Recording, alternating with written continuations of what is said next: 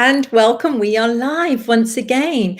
And for those of you that have been seeing these amazing people doing amazing interviews, I am so pleased to invite Erin Wallace back to the show. We promised we were going to do a part 2, and I think this is a topic, a hot topic, Erin, that so many people have been talking about, and there's nobody better that I would love to discuss this than with you. How are you doing over there, Erin? I'm really excited to talk to you, Davina, Kate. Thank you for having me on. And I'm like bursting because I think this is something we need to address. Well, Erin, first of all, I think I need to give out a warning to everybody that this could trigger you.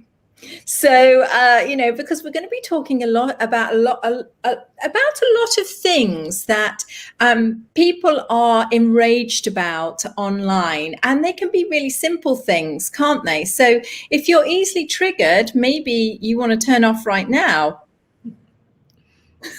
I'm giving everybody the chance, Erin. I'm giving everybody the chance. But as you know, Erin and I were discussing earlier, really, if you do get triggered, maybe this is exactly the place that you should be, because we're going to discuss about triggers, what they are, are they good for us? Are they bad for us? What can we do about them? So let's just jump straight in, Erin. Now, can you tell us what a trigger is? Because some people might not understand this terminology. How do we know if we're being triggered? Okay, great question. First, I want to back up and talk about the trigger warning. Life is going to happen.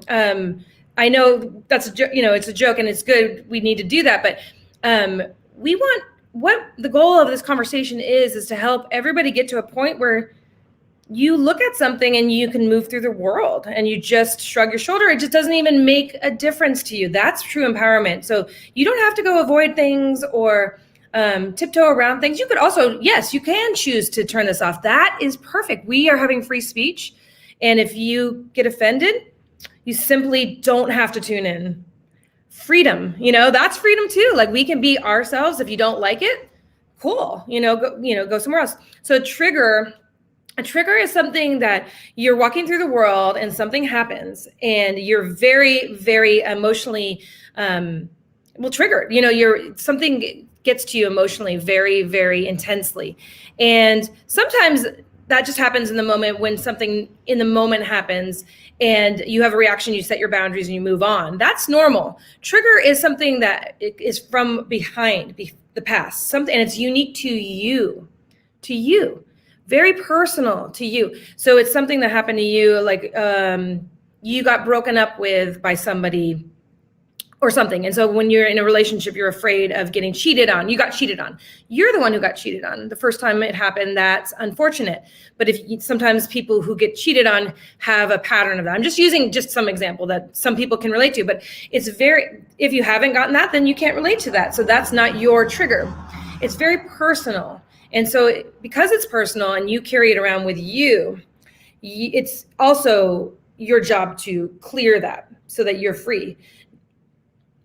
Now, this is interesting. So, yeah, I never thought about it like that. That's a really interesting point. So it's from our own personal experience that often these things can come up. But the positive thing is that then we can be responsible for it leaving and not having an effect on us. So, our triggers, do they shape our life in a positive way or a negative way? Are they allowing us to be the best that we can be? No, I mean, finding them is really going to allow you to be the best you can be, and taking responsibility for them, that's really fun. Like, I love finding my triggers. It's at first I'm like, I don't want to take responsibility. We all everybody's a little bit of like, it's easier to blame, right? You don't want to take responsibility, but I've learned through time that's easier to kind of look back and figure out where it came from. And then if I figure out where it came from, I'll tell you later how to clear it. Then I know that it's something that's unique to me. It's something that might have happened. It could be a very random thing that happened. Somebody looked at you funny when you were 5 and you decided to have a trigger around that look that people give you, or somebody says something to you, or you have a teacher and they're nasty to you. And then a trigger might even be projecting your experiences with teachers onto other teachers, or your experiences with your mom onto other kind of motherly figures. It's very broad. It's almost like what we call the negative ego. It's basically anything from the past in your subconscious that is keeping you from, that is actually making a situation that happens in the present seem a lot more heightened or colored by something from the past, when it could just be an innocuous thing. It could be just something that happened. The other person might just be moving through the world freely, and they might happen to trigger something. The triggers, what they do is they pull in experiences to match them, because the premise is that we are God. We teach in the mystery school, I am God, you are God. So you're creating your own reality based on your belief system, though, or your triggers. And so let's say you have a trigger about something. Like I have some students that, I won't go into that, but you have a trigger about something, and then because nature abhors a vacuum, or it's your world and you believe this so much that this is the way the world is, then you're going to pull in experiences that match that. I've seen it so many times. The way I even speak to some people, I don't even mean to, but somehow I've triggered, I've said something that matches their trigger, but I'm their guide. And so I'm helping them. They're able to see, oh my gosh, that triggered me. They take responsibility, because we teach responsibility in the mystery school, that you take, that it's yours. You need to look back and say, okay, well, it's because of my time in this workplace environment that those certain words bother me.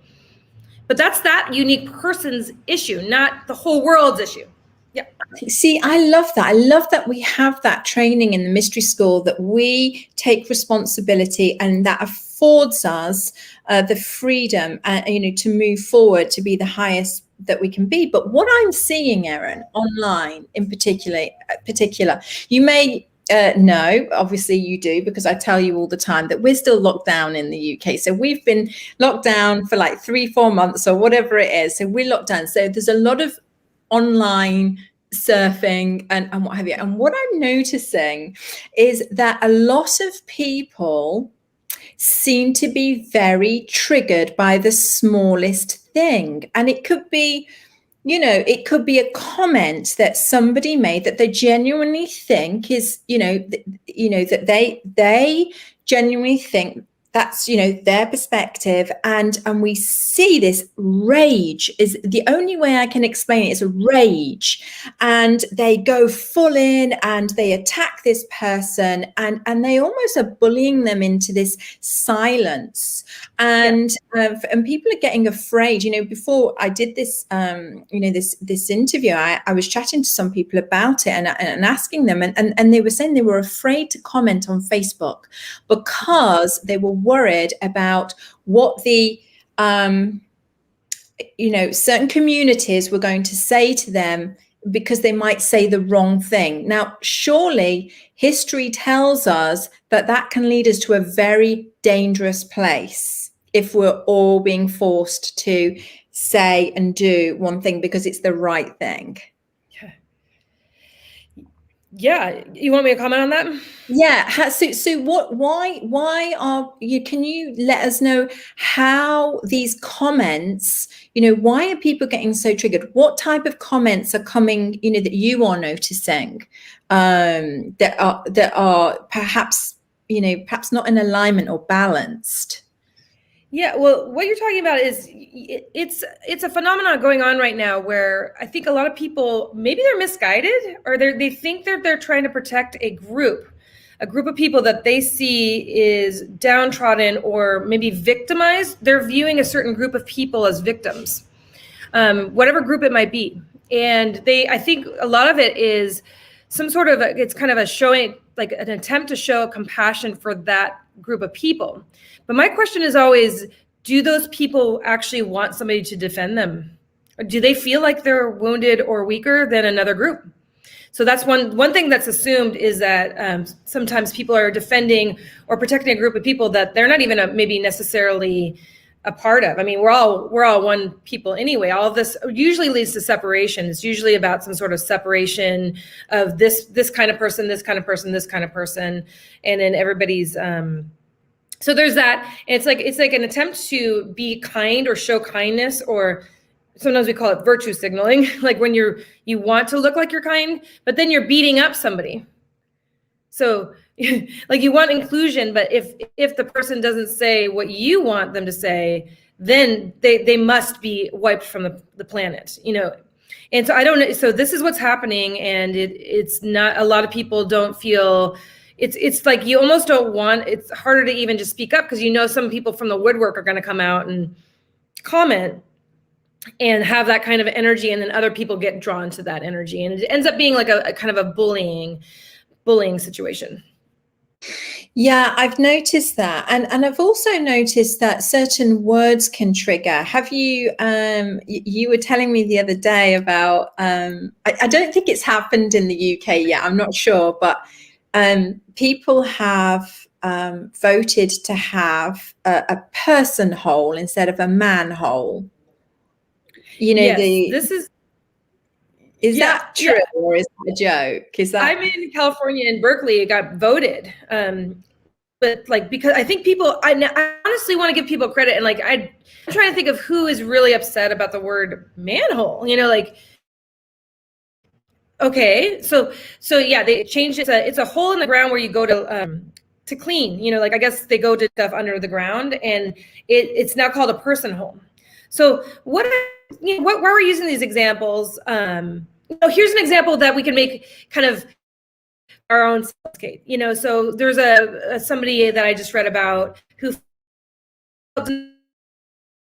by KFC, she's a vegan, we're both vegans, Kate and I, and they felt this KFC didn't have enough vegan options. So this is the kind of thing that's happening. It's like everybody wants the outside to like completely mold to what they want in the vegan place. Maybe, that's good. I mean, it's cool to have vegan options, but go to a carpet store. Oh, I don't know if okay, here it is. You go to a carpet store, you're not looking for telescopes.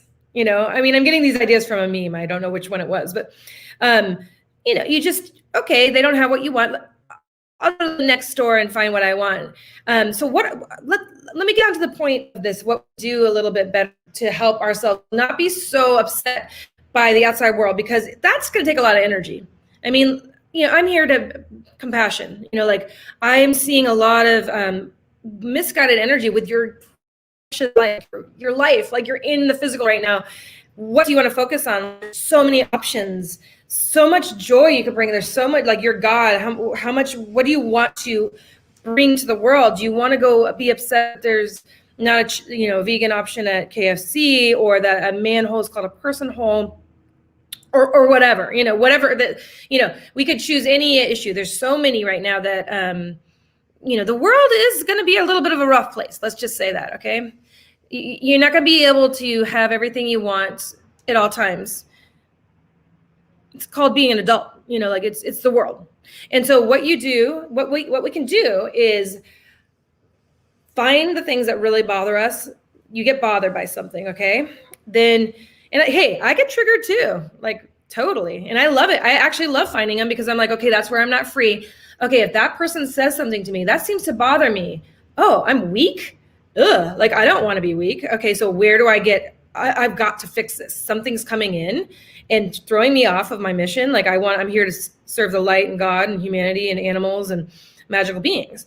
I don't want somebody saying something to mess that up. Like, I have other things to do. So I just think about it. I go into meditation, or you can even do it in the moment. It really does not rocket science. You go in, you go back to the first time that happened. And then you find, here, I'll give you a good example. Like, I used to feel like, oh, I'm being ignored. I felt like, and it happened to me, only me. Like, I would say something, people have a conversation when I was talking about whatever I was talking about. And at first I was like, people are mean, or, like blaming, pointing the finger out. And then I thought, okay, wait, no, this is always happening to me. I'm the one who's getting ignored. No, I don't see anybody else complaining about that in my world.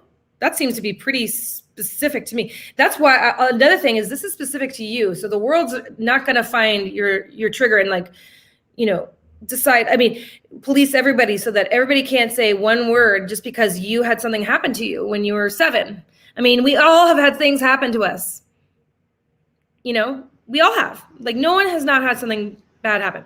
So I went back to my inner child, and I saw that she was like, in my inner world, I was ignoring myself. Like, she was crying in a basement in my inner world.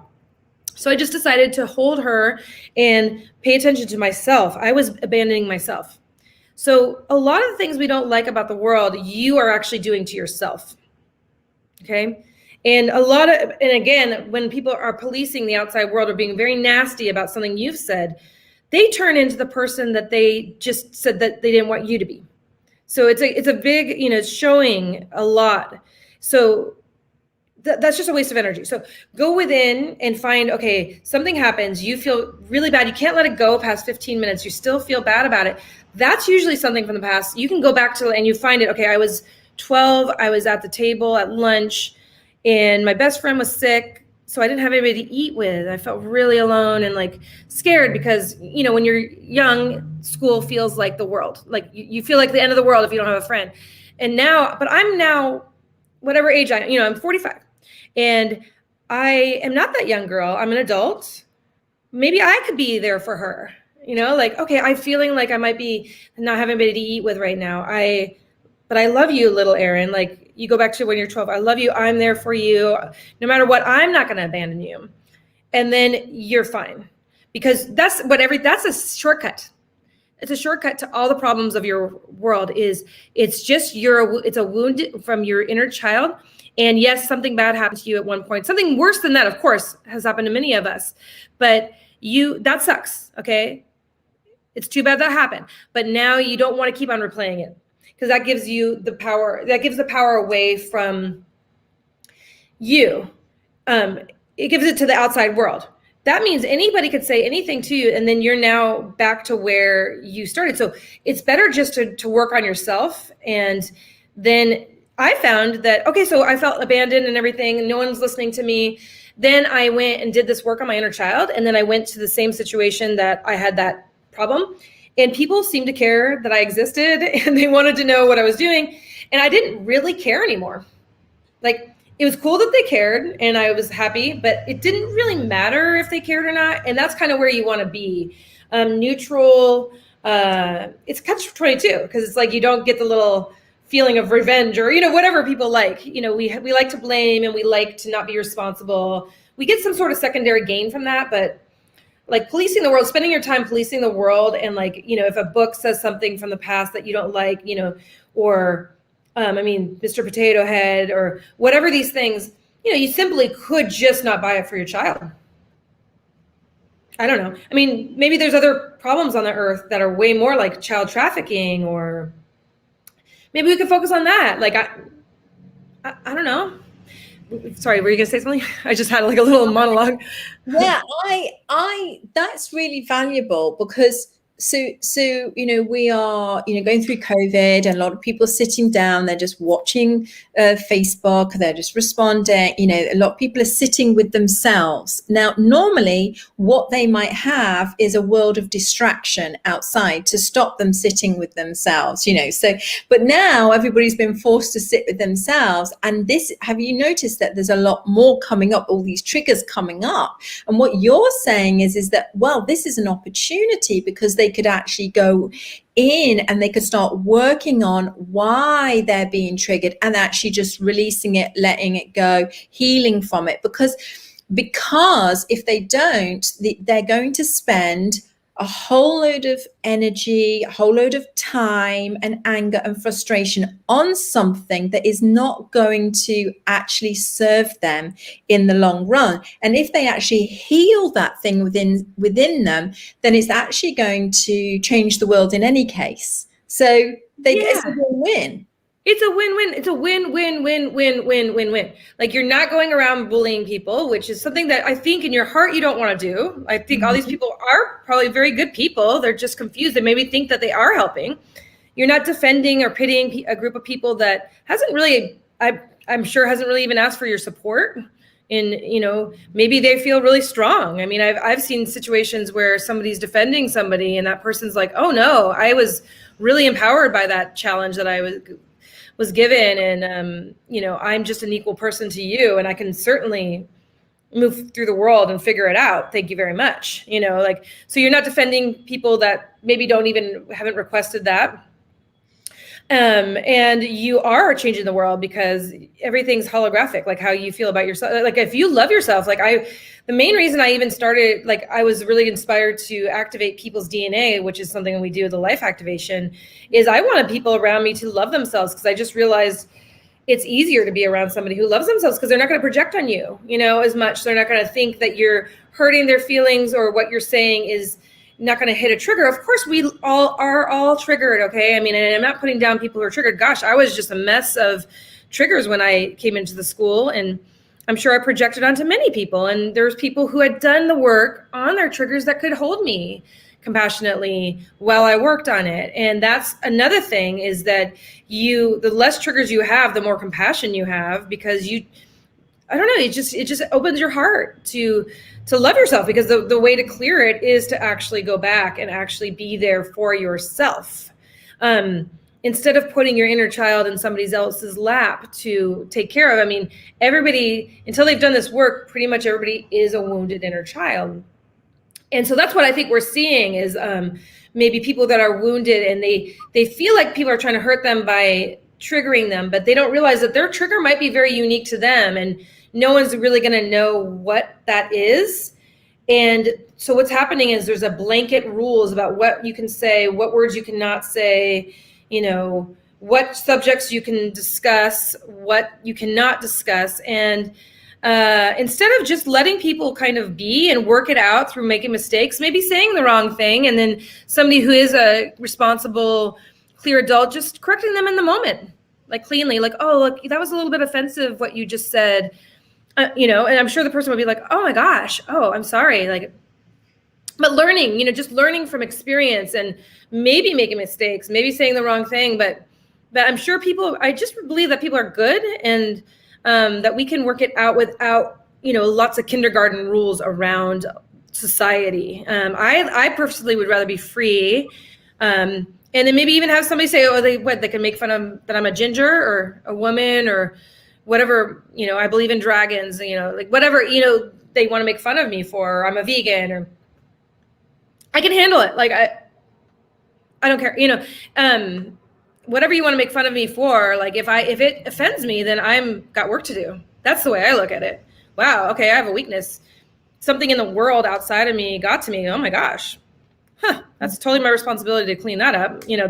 That's just so the Buddha at the Tree of Enlightenment, this is my understanding, is there was all these dark forces sending him, they were testing him to see if he was really enlightened. And they were just sending bows and arrows and slings and throwing things at his energy field, and it couldn't get in. So that's where we want to go, is nothing in the outside world can disturb you, can change your center. And then you are actually free.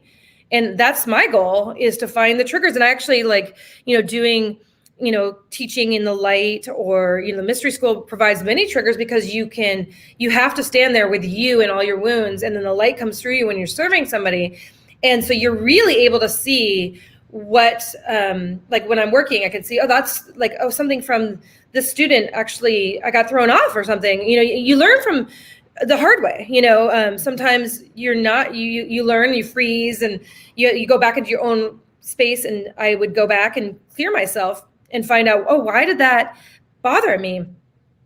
And sometimes you have to do really scary things to get to these triggers, but it's worth it, because then your soul body basically carries a certain energy. And if you've got a lot of drama about things that are bothering you, emotional things from the past, you can't create miracles like Christ did. Christ created miracles by just being completely okay with everything around him. Same with Buddha. And so, not all of us want to strive to go that far, maybe, but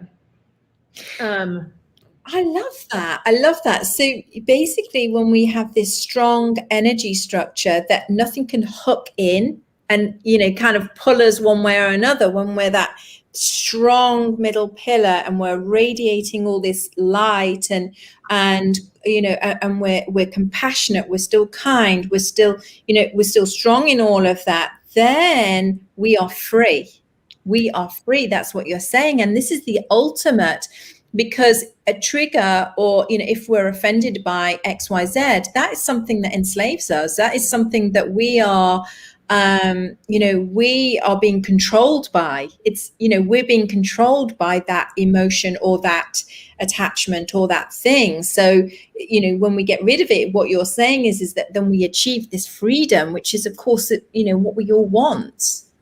Yeah, and you get to take it everywhere you go. I mean, you are you, and so it just makes me. I just feel like the way that things are going is very dark, and how people are it's very disempowering. It's very disempowering to ask the world around you to not do certain things or say certain things because it will bother you. Like, that's not going to work. Yeah, it's actually not. It's impossible. It's impossible. I think you're right, Erin, there, because we could start off with something, you know, please don't say this or do this. And then, you know, that eliminates that area of discomfort. And then, of course, we find something else that we're discomfort about, and then something else, and then something else. It never stops. It never ends, does it? That's the problem. So, you know, like you're saying, it's not going to work because you can't eliminate, you know, everybody talking about, you know, anything. It just kind of doesn't work, does it? It's got to come from within. It's like, you just get a control trip. I mean, you know, like, I think I've been in relationships where I've been like, you know, before I heal myself, where I put a lot of rules, and it snowballs, you know, it snowballs. It's like, as soon as the poor person, you know, acclimates to whatever, or I don't know the word, but does whatever I've requested, the list is going to get really steep really quick, right? Because yeah, it's just easier. Oh, like, I'll just don't do this, don't do that, do this. And then now there's no freedom and no real authenticity on anybody's part. So yeah, I just hope that, you know, we need to we can be free. We can have so much more fun. It's actually really fun to find triggers. Like, I know I enjoy it, like, because you can change it into light. It's like a video game, like Mario, or where you go get coins. And each time you find a trigger, you actually can change it into light, like power for yourself. It's like alchemy. So before, it's like this lurking thing back here that a lot of us aren't even aware of how much we have. You don't really know how much you are being controlled by past experiences until you start doing the work. And it's as much as you deny it, it's like a shadow. It gets power because nothing likes to be ignored, you know, like. And so it's going to be like, it's going to come out. And so you'll see it in the outside world. I forgot about this point. It's coming through. You're going to see it in the outside world because you can't see it in yourself. And so a lot of times, if you're annoyed by the outside world, and hey, I'm part of this, I'm not perfect, I'm still working on it. But like, whatever you're annoyed with in the outside world is actually your shadow side. Because otherwise you kind of would be, you know, probably neutral to it, more neutral to it. So usually things that you don't like in others, you're doing to yourself, your inner child, or you're doing it in a way that it's hard to admit or see. And it's not going to be, this is not usually pleasant to find this part out. I mean, you have to be kind of brave and honest with yourself. I know that I've resisted that over time. Like, oh, I couldn't be like that person. But you are. Pretty much are. If it really, like, if you can't get over it over like 15 minutes, there's some part of you that's doing it. We're all one too. I mean, they're part. Yeah, go ahead. I was just going to say, so, you know, I know we're coming up to our time now, but, you know, that, you know, as you were saying earlier, and as people may know, Erin teaches Kabbalah. She teaches Empower Thyself, which is the initiation that you receive when you come into the mystery school. She does life activations.